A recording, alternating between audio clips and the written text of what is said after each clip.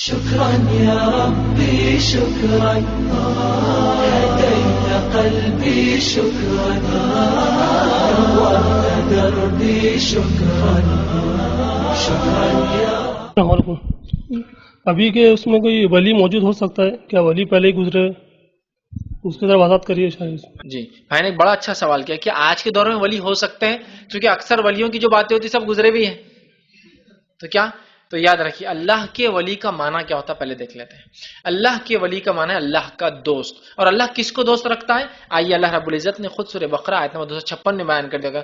واللہ ولی الذین آمنوا، اللہ دوست ہے ان کا جو ایمان لائے.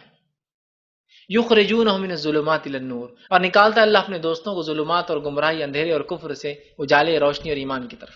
والذین کفروا اولیاءہم الطاغوت، اور جو کافر ہے وہ دوست ہے طاغوت کے، شیطان کے.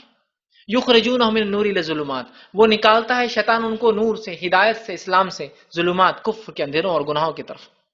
ہے نا، اولئک اصحاب النار هم فیہا خالدون. تو جو شیطان کی بات سن کے چلیں گے اس کے طریقے وہ جہنم کے ساتھی ہوں گے اور وہ ہمیشہ آگ میں جلنے والے. تو اللہ کا ولی کون؟ ہر واللہ ولی الذین آمنوا، تو اللہ ہر مومن کا دوست ہے. میں اور آپ اللہ کے ولی ہے، چونکہ یہ ولایت اللہ نے ہم کو دی ہے، ہم نے اللہ کو نہیں دی ہے. میں اگر بول رہا ہوں یہ آدمی اللہ کا ولی ہے تو میں کون ہوتا بولنے والا؟ اللہ کہے میں اس کا ولی ہوں تو اللہ نے کہا واللہ ولی الذین آمنوا، اللہ ولی ہے ان لوگوں کا جو ایمان لائے. تو اللہ میرا اور آپ کا سب کا دوست ہے. ایمان جتنا بلند ولایت اتنی مضبوط، ایمان جتنا بلند ولایت اتنی مضبوط. اب ایمان کس کا کتنا بلند ہے واللہ اعلم، ہم تو جانتے ہی نہیں ہے نا. تو اللہ کے ولی ہر دور میں تھے، ہر دور میں رہیں گے، ٹھیک ہے، اور قیامت تک رہیں گے. مطلب ایمان والے ہر دور میں تھے، ہر دور میں ہیں اور ہر دور میں انشاءاللہ رہیں گے. سمجھ رہے آپ؟ تو یہ ولی. اب ہمارے پاس ولایت بولے تو کیا ہے؟ کرشمے ثابت ہو، زمین سے کچھ نکال دی ہو، فوارے نکال دیو، سونا نکال دیو، چاندی نکال دیو، اولاد دے دیو، آسمان کو بارش برسا دیو، کسی کو مار بھی دیے، کسی کو زندہ بھی کر دیو. کیا کیا قصے دیکھیے نا بنے کہ کسی کو آ رہے جنازے کی نماز پڑھے تو مر بھی گیا، اٹھ کے بھاگ بولے تو بھاگ بھی رہا. مطلب مارنے کی بھی طاقت، اٹھانے کی بھی طاقت، پیدا بچے دینے کی طاقت، سونے دینے کی طاقت، چاندی دینے کی طاقت، اور پتہ نہیں کیا کیا ہے. یہ سب تو اللہ کی صفات ہے، وہ آپ انسانوں کو دے رہے ہیں. ٹھیک، تو اللہ کے ولی مطلب نیک لوگ ہر دور میں تھے، ہر دور میں رہیں گے. اچھا افسوس کی بات کتنی اس امت کے لیے، ہر ولی کو مرنے کے بعد ہی پہچانتے یہ ولی تھا بول کر، زندگی میں نہیں پہچانے کسی نے. مارو گا تو بہت بڑی ولی تھے اللہ کی، زندگی میں کبھی تم نے تعریف نہیں کی، اب کیوں کر رہے؟ اس لیے کہ دوسری پلان ہے اس کی ولایت کو لے کر. سمجھ رہے نا؟ مطلب ایک آدمی تھا، اگر ولی ڈکلیئر ہوتا ہے تو بہت سارے فائدے.